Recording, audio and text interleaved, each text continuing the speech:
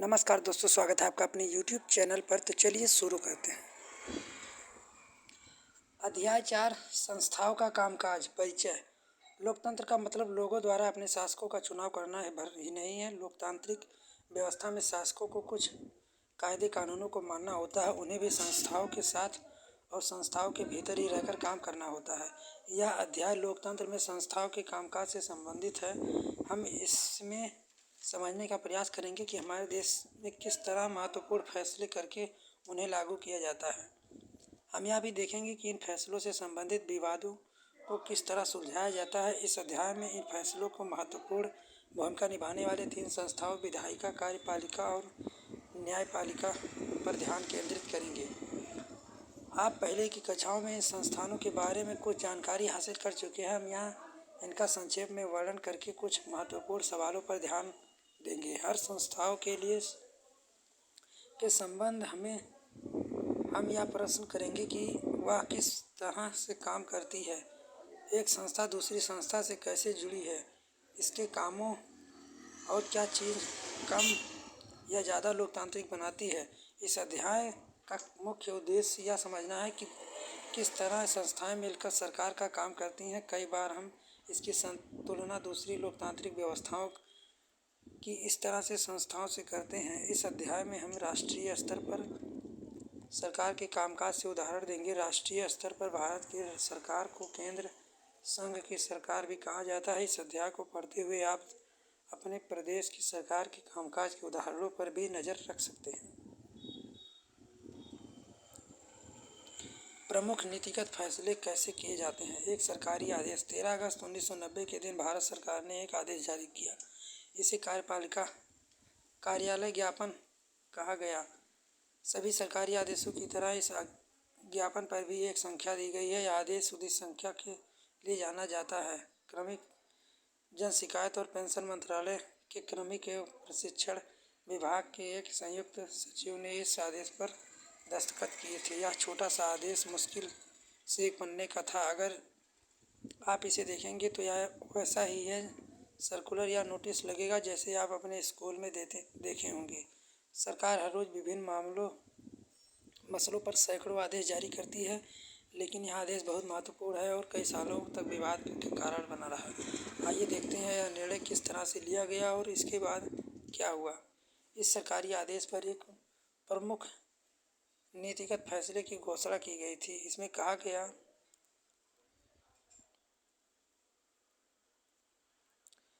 कि भारत सरकार के सरकारी पदों में सेवाएं 27% रिक्त सामाजिक और शैक्षणिक दृष्टि से पिछड़े वर्गों के लिए आरक्षित होंगी। अब तक जिन जाति समूहों को सरकार पिछड़ा मानती थी, उन्हीं का एक और नाम SEBC है। अब तक नौकरी में आरक्षण का लाभ केवल अनुसूचित जाति जनजाति को ही मिल रहा था। अब SEBC या सामाजिक और शैक्षणिक दृष्टि से पिछड़े वर्गों के लिए तीसरी श्रेणी तैयार की जा रही थी। इसके लिए 27% अलग कोटा तैयार किया जा रहा था। अन्य लोग इन 27% नौकरियों के लिए प्रतियोगिता नहीं कर सकते थे। निर्णय करने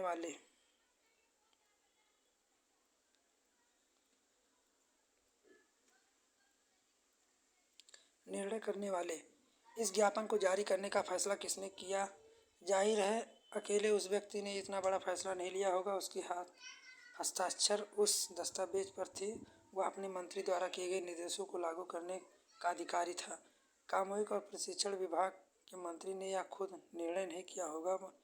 आप अनुमान लगा सकते हैं कि इतने बड़े निर्णय में देश के सभी अधिकारी शामिल रहे होंगे। आपने पिछली कक्षा में इसमें से कुछ के बारे में आपने पढ़ लिया होगा। अब इस बार भी फिर इन प्रमुख बिंदुओं पर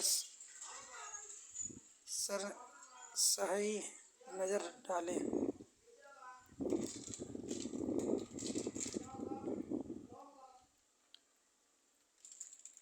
राष्ट्रपति अध्यक्षता होता है तो औपचारिक रूप से देश का सबसे बड़ा अधिकारी होता है। प्रधानमंत्री सरकार का मुख्य प्रमुख होता है और दरअसल सरकार की ओर से अधिकांशतः अधिकारों का इस्तेमाल वही करता है।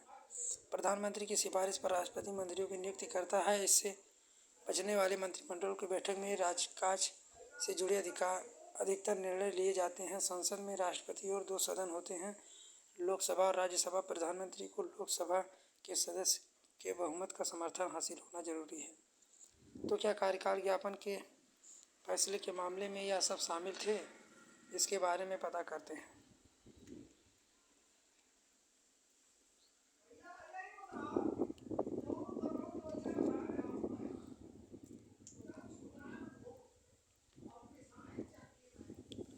अगले कुछ महीनों तक यह देश का सबसे ज़्यादातर चर्चित मुद्दा बना रहा। सभी अखबार पत्रिकाओं में इस मुद्दे की तरह तरह से विचाराएं असर आए, बहस चली। इसके चलते कई प्रदर्शन और जवाबी प्रदर्शन हुए। इसमें से बहुत हिंसक थे। उससे नौकरियों के हजारों अवसर प्रभावित होने लगे, इसलिए लोगों को प्रभावित हुए तीखी थी। कुछ लोग को मानना था कि यह भारत के विभिन्न जातियों के बीच असमानता के कारण नौकरियों का आरक्षण जरूरी है। उनका मानना था कि उससे उन लोगों को बराबरी पर आने का मौका मिलेगा। सबको सरकारी नौकरियों को अभी तक उचित प्रतिनिधित्व नहीं मिला है।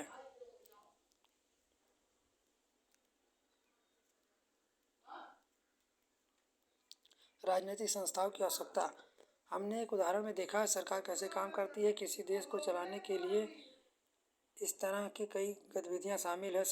मिसाल के तौर पर सरकार पर नागरिकों की सुरक्षा सुनिश्चित करने और सबको शिक्षा एवं स्वास्थ्य सुविधा मुहैया कराने की जिम्मेदारी होती है। वह कर इकट्ठा करती है और इसे सेना, पुलिस तथा विकास कार्यक्रमों में खर्च करती है। वह विभिन्न कल्याणकारी योजनाएं बनाकर लागू करती है। कुछ व्यक्तियों में इन गतिविधियों को चलाने के लिए फैसले करना होता है, कुछ लोगों को उन्हें लागू करना होता है। अगर फैसले पर या फिर से लागू करने का कोई विवाद उठता है तो यह तय करने वाला कोई नहीं होता है कि क्या सही है क्या गलत। इसके लिए यह सब जानना जरूरी है कि कौन किस काम को करने के लिए जिम्मेदार है। यह भी जरूरी है कि भले ही मुख्य पदों पर बैठे लोग बदल जाएं, लेकिन गतिविधियां जारी रहें।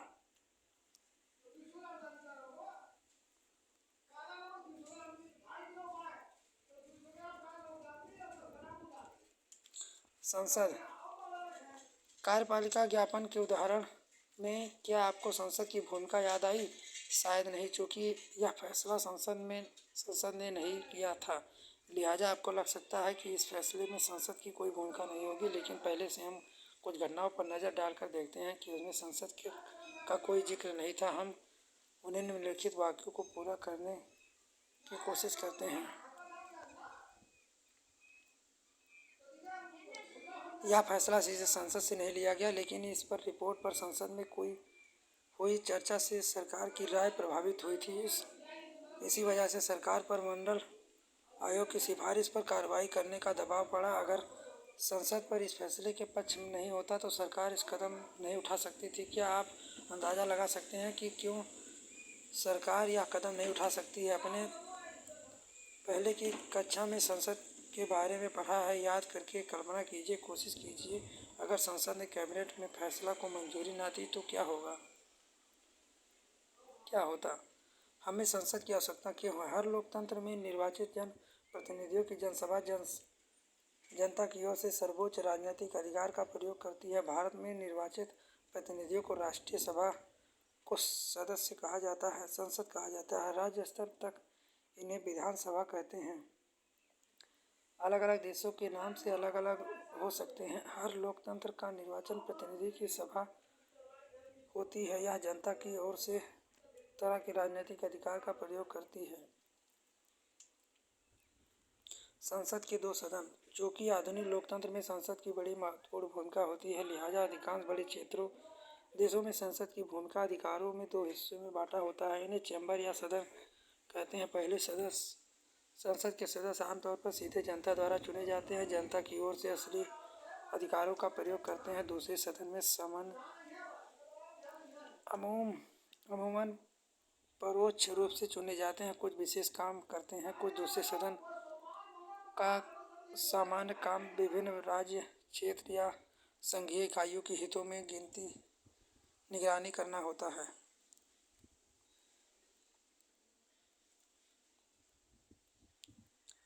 लोकसभा बनाम राज्यसभा।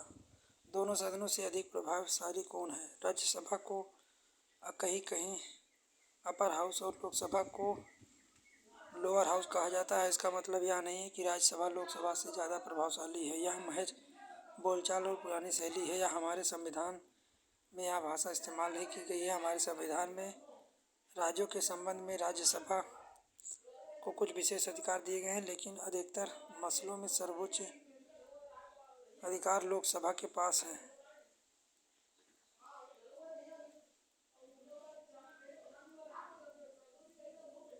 लोकसभा में एक दिन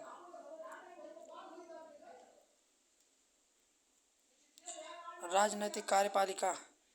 क्या आपको यह सरकारी आदेशों की कहानी याद आई जिसने आप अध्याय में शुरू की थी? हमने पाया है कि जिस व्यक्ति ने दस्तावेज पर हस्ताक्षर किए उसने यह फैसला नहीं किया होगा। वह केवल नीतिगत फैसले को लागू कर सकता है जिसे किसी और ने किया था। हमने यह फैसला करने में प्रधानमंत्री की भूमिका देखी है, लेकिन हम यह भी जानते हैं कि अगर कोई लोकसभा का समर्थन नहीं होता है तो वह फैसला नहीं कर सकते हैं। इस अर्थ में वे सिर्फ संसद की मर्जी से लागू कर सकते हैं। राजनैतिक और अस्थायी कार्यपालिका। किसी लोकतांत्रिक देश में कार्यपालिका के दो हिस्से होते हैं। जनता द्वारा खास अवधि तय के लिए निर्वाचन लोगों को राजनीतिक कार्यपालिका कहते हैं। ये राजनीतिक व्यक्ति होते हैं जो बड़े फैसले करते हैं। दूसरी ओर जिन्हें लंबे समय के लिए नियुक्त किया जाता है उन्हें अस्थायी कार्यपालिका या प्रशासनिक सेवक कहते हैं। लोक सेवकों में काम करने वाले लोगों के सिविल सर्वेंट या नौकरशाह कहते हैं। सत्ताधारी पार्टी के बदले के बावजूद अपने पदों पर बने रहते हैं। अधिकारी राजनीतिक कार्यपालिका की तरह काम करते हैं और रोजमर्रा के प्रशासन में उनकी सहायता करते हैं। क्या आप कार्यपालिका ज्ञापन के मामले में राजनीतिक और गैर राजनीतिक कार्यपालिका की भूमिका बता सकते हैं?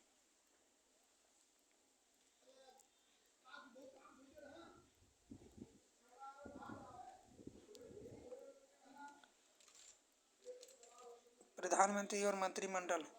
इस देश में प्रधानमंत्री महत्वपूर्ण राजनीतिक संस्था है। फिर भी प्रधानमंत्री के लिए कोई प्रत्यक्ष चुनाव नहीं होता है। राष्ट्रपति प्रधानमंत्री को नियुक्त करते हैं, लेकिन राष्ट्रपति अपनी मर्जी से किसी को प्रधानमंत्री नियुक्त नहीं कर सकते हैं। राष्ट्रपति लोकसभा में बहुमत वाली पार्टियों में गठबंधन के नेता को ही प्रधानमंत्री नियुक्त करता है। अगर किसी एक पार्टी या गठबंधन को बहुमत हासिल नहीं होता है तो यह राष्ट्रपति उसी व्यक्ति को प्रधानमंत्री के रूप में नियुक्त करता है। जैसे सदन में बहुमत हासिल होने पर संभावना होती है कि प्रधानमंत्री कार्यकाल तय नहीं होता है, वह तब तक अपने पद पर रहता है जब तक वह पार्टी का गठबंधन का नेता है।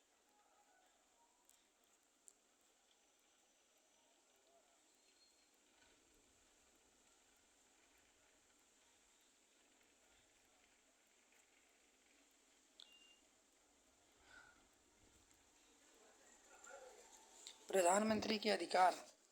संविधान में प्रधानमंत्री मंत्रियों के अधिकारों या एक दूसरे के अधिकार संबंध के बारे में बहुत कुछ नहीं कहा गया है, लेकिन सरकार के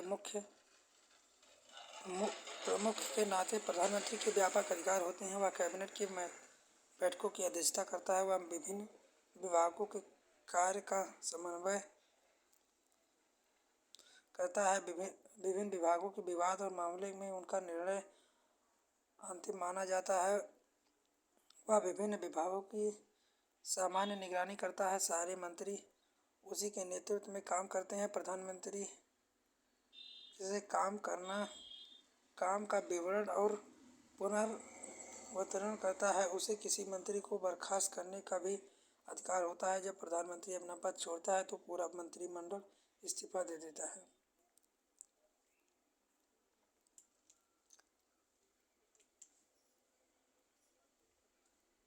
लेकिन हाल ही के वर्षों में भारत में गठबंधन की राजनीति के उभरते प्रधानमंत्री के अधिकार कुछ हद तक सीमित हुए।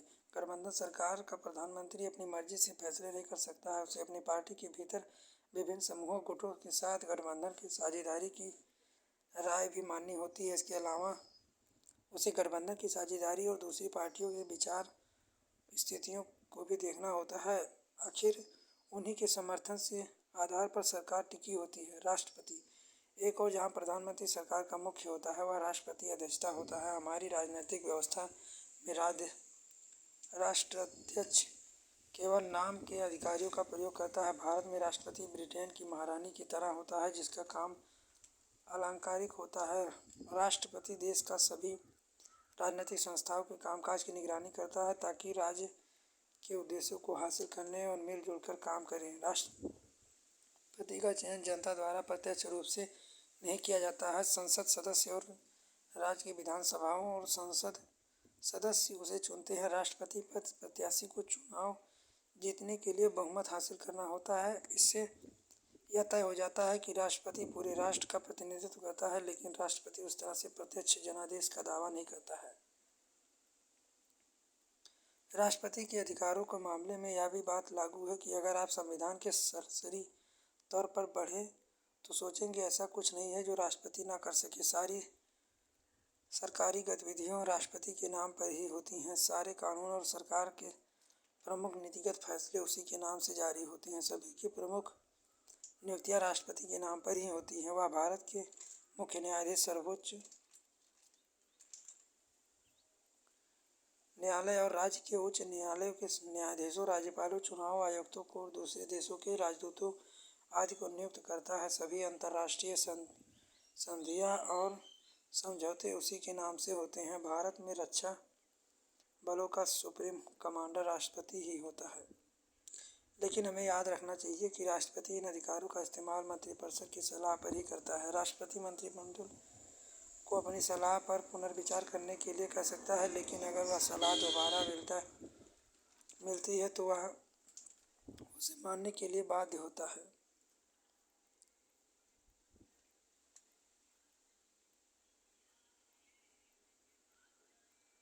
राष्ट्रपति प्रणाली। न्यायपालिका इस बार भी अब सरकारी आदेशों की कहानी पर लौटते हैं, जिससे हमें शुरुआत की इस कहानी में याद करेंगे कि बस कल्पना करेंगे हमारी कहानी कितनी अलग हो सकती है। याद कीजिए, कहानी उस समय संतोषजनक अंत हो गया जब सर्वोच्च न्यायालय ने फैसला सुनाया। इसे हर किसी स्वीकार कर लिया। कल्पना कीजिए किसी निम्न परिस्थितियों में क्या होगा। सर्वोच्च न्यायालय जैसा कुछ नहीं हो सकता। सर्वोच्च न्यायालय जो होता है उसके पास सरकार की कार्रवाई के आंकने का अधिकार नहीं होता है। उसे अधिकार होता है मगर सर्वोच्च न्यायालय से कोई निष्पक्ष न्याय की उम्मीद नहीं करता है। भले ही वह निष्पक्ष फैसला सुना देता है, लेकिन सरकार के आदेशों के खिलाफ अपील करने वाले अनेक उनके फैसले को नहीं मानते। इसी वजह से लोकतंत्र के लिए स्वतंत्र और प्रभावशाली न्यायपालिका की जरूरत माना जाता है। देश के विभिन्न स्तरों पर मौजूद अदालतों और समूहों के लिए न्यायपालिका कहा जाता है। भारतीय न्यायपालिका पूरे देश के लिए सर्वोच्च न्यायालय और राज्यों के लिए उच्च न्यायालय, जिला न्यायालय, स्थानीय स्तर पर न्यायालय होते हैं। भारत में न्यायपालिका एकत्रित, इसका मतलब यह सर्वोच्च न्यायालय देश के में न्याय प्रशासन नियंत्रित करता है। देश में सभी अदालतों में उसका फैसला माना जाता है। इसमें किसी वाद विवाद की सुनवाई कर सकता है। यह फौजदारी दीवानी मामले में अपील सर्वोच्च न्यायालय सर्वोच्च संस्था है। सर्वोच्च न्यायालयों में फैसले के खिलाफ सुनवाई कर सकता है। न्यायपालिका की स्वतंत्रता का मतलब यह है कि वह विधायिका और कार्यपालिका के नियंत्रण में नहीं है। न्यायाधीश सरकार के निर्देश से सत्ताधारी पार्टी की मर्जी के मुताबिक काम नहीं करते हैं। इसी वजह से इन्हें सभी आधुनिक लोकतंत्रों में अदालतों, विधायकों और कार्यपालिका के अधीन नहीं होता है। भारत में इन लक्ष्य को हासिल कर लिया है। राष्ट्रपति सर्वोच्च न्यायालय और उच्च न्यायालय के न्यायाधीशों को प्रधानमंत्री की सलाह पर सर्वोच्च न्यायालय के मुख्य न्यायाधीश के मशविरे से नियुक्त करता है। व्यवहारिक तौर पर अब तक व्यवस्थाओं में सर्वोच्च न्यायालय के वरिष्ठ न्यायाधीश सर्वोच्च न्यायालय और उच्च न्यायालय के नए न्यायाधीशों को चुनते हैं। इसमें राजनीतिक कार्यपालिका की देखरेख की गुंजाइश बेहद कम होती है। सर्वोच्च न्यायालय के सबसे वरिष्ठ न्यायाधीश अंजुमन मुख्य न्यायाधीश नियुक्त किया जाता है। एक बार किसी व्यक्ति को सर्वोच्च न्यायालय का उच्च न्यायालय न्यायाधीश नियुक्त करने के बाद उसे पद से हटाया लगभग असंभव हो जाता है। उसे हटाना भारत के राष्ट्रपति को हटाने जितना मुश्किल है, किसी भी न्यायाधीश को संसद के दोनों सदनों से अलग अलग 2/3 बहुमत से अविश्वास प्रस्ताव पारित करके हटाया जा सकता है। भारतीय कांग्रेस में ऐसा कभी नहीं हुआ है।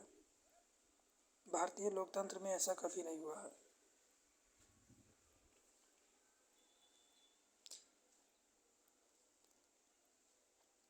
भारतीय न्यायपालिका के अधिकार और स्वतंत्रता उसे मौलिक अधिकारों की रक्षा के रूप में काम करने के लिए क्षमता प्रदान करती है। हम नागरिकों के अधिकार वाले अध्याय में देखेंगे कि नागरिकों के संविधान से मिले अपने अधिकारों के उल्लंघन के मामले में इंसाफ पाने के लिए मध्य अदालतों में जाने का अधिकार मिलता है।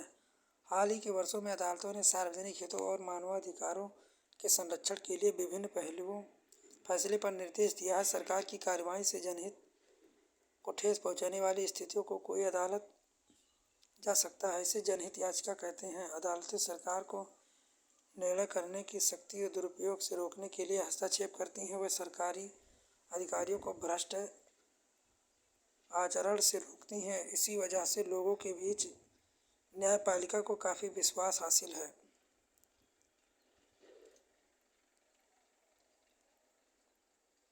अभ्यास